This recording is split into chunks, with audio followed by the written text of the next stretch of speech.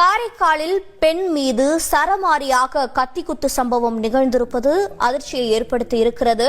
Taylor கடையில் வேலை பார்த்துக் கொண்டிருந்த பெண் மீது சரமாரியான கத்திக்குத்து நிகழ்ந்திருக்கிறது.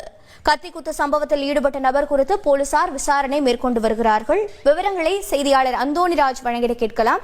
அந்தோணிராஜ், வணக்கம். இந்த கத்திக்குத்து சம்பவத்தின் பின்னணி என்ன? தற்போது போலீசாரிடமிருந்து எந்த தகவலாவது கிடைக்கப்பெற்றிருக்கிறதா? காரைக்கால் அக்கரைவட்டம் பகுதியைச் சேர்ந்தவர் சத்யா. 40 வயதான இவருக்கு கணவர் பிரிந்து சென்ற நிலையில் தன் ஒரே மகளுடன் தனிமையில் வசித்து வருகிறார். இந்நிலையில் காரைக்கால் பேருந்து நிலையம் பின்புறம் பக்கிரிசாமி பிள்ளை குடியிருப்பு பகுதியில் பாத்தீங்கன்னா டெய்லர் கடையில் கடந்த 7 வருடமாக வேலை பார்த்து வந்த சத்யா வேலை பார்த்து வந்துள்ளார். இந்நிலையில் இன்று 4 மணி அளவில் மர்ம நபர் ஒருவர் அவரிடம் பேசிக் கொண்டிருந்த போது மறைத்து வைத்திருந்த கத்தியை எடுத்து சராமாரியாக சத்யாவை தாக்கியுள்ளார்.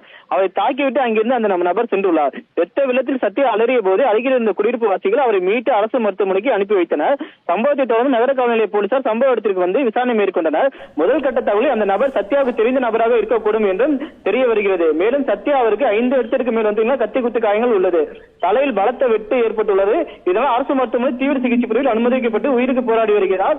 தீவிர சிகிச்சை பிரிவில் உள்ளவரிடம் நகர காவல் நிலைய ஆய்வாளர் புருஷோத்தமன் விசாரணை மேற்கொண்டார். பின்னர் அப்பகுதியில் உள்ள சிசிடிவி ஆய்வு செய்து போலீசார் மர்ம நபருக்கு வலைவீசி தேடி வருகின்றனர்.